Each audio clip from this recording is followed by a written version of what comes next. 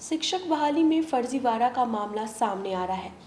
शिक्षा विभाग ने 21 जून से 20 जुलाई तक निगरानी जांच से छूटे 8,07,665 शिक्षकों को वेब पोर्टल पर आवश्यक सर्टिफिकेट अपलोड करने की मोहलत दी थी।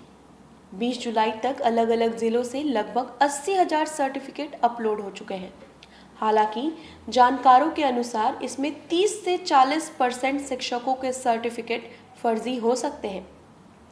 अब सर्टिफिकेट की जांच के बाद ही ये तय होगा कि कौन गलत तरीके से कहां पर नौकरी कर रहा है।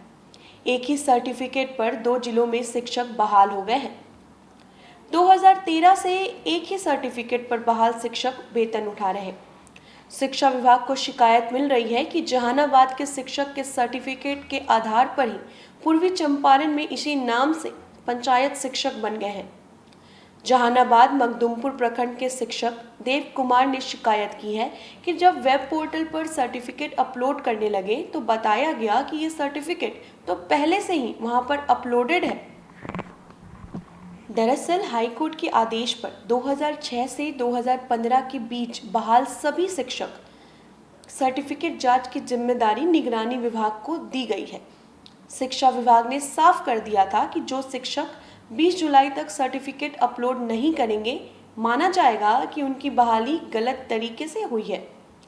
प्राइमरी स्कूलों के लिए प्रथम चरण के काउंसलिंग में नियोजन इकाईवार चयनित शिक्षक अभ्यर्थियों की सूची अधिकांश जिलों के एनओसी पोर्टल पर अपलोड कर दिया गया है। जांच के बाद सूची गड़बड़ी करने वाले दोषियों को चिन्हित कर कार्रवाई की जाएगी। 20 जुलाई तक अपलोड करने की अंतिम तिथि थी। शिक्षा मंत्री विजय कुमार चौधरी ने बताया कि 22 जुलाई को इसकी समीक्षा की जाएगी। चयन सूची में अभ्यर्थियों का नाम, कोटि, मेधा अंक, विषय और क्षैतिज आरक्षण दर्शाना अनिवार्य था। कक्षा 1 से 5 और 6 से 8 के लिए संबंधित नियोजन इकाई द्वारा शिक्षकों की नियुक्ति की काउंसलिंग का प्रथम चरण 5 से 12 जुलाई तक पूरा हो चुका है।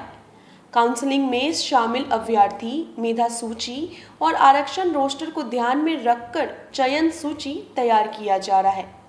शिक्षा विभाग को काफी अभ्यर्थियों से शिकायत मिल रही थी कि नियोजन इकाई द्वारा चयन सूची को सार्वजनिक नहीं किया जा रहा है। शिक्षा विभाग ने जिलों को निर्देश दिया था कि नियोजन की कार्रवाई की पारदर्शिता के लिए नियोजन इकाईवार चयनित अभ्यर्थियों की सूची सार्वजनिक करें। इसके पहले 400 नियोजन इकाइयों की मेधा सूची रद्द कर दी गई थी। शिकायतों और गड़बड़ी को सुधारते हुए नए सिरे से मेधा सूची तैयार करने के लिए कहा गया है। अगस्त में इन इकाइयों की काउंसलिंग होगी। शिक्षा विभाग के अनुसार कई नियोजन इकाइयों पर काउंसलिंग इकाई के सदस्यों और स्थानीय लोगों की मिलीभगत से अव्यवस्था फैलाई गई। मुजफ्फरपुर में 2 प्रखंडों में नियोजन इकाई के सदस्यों पर एफआईआर दर्ज की गई है।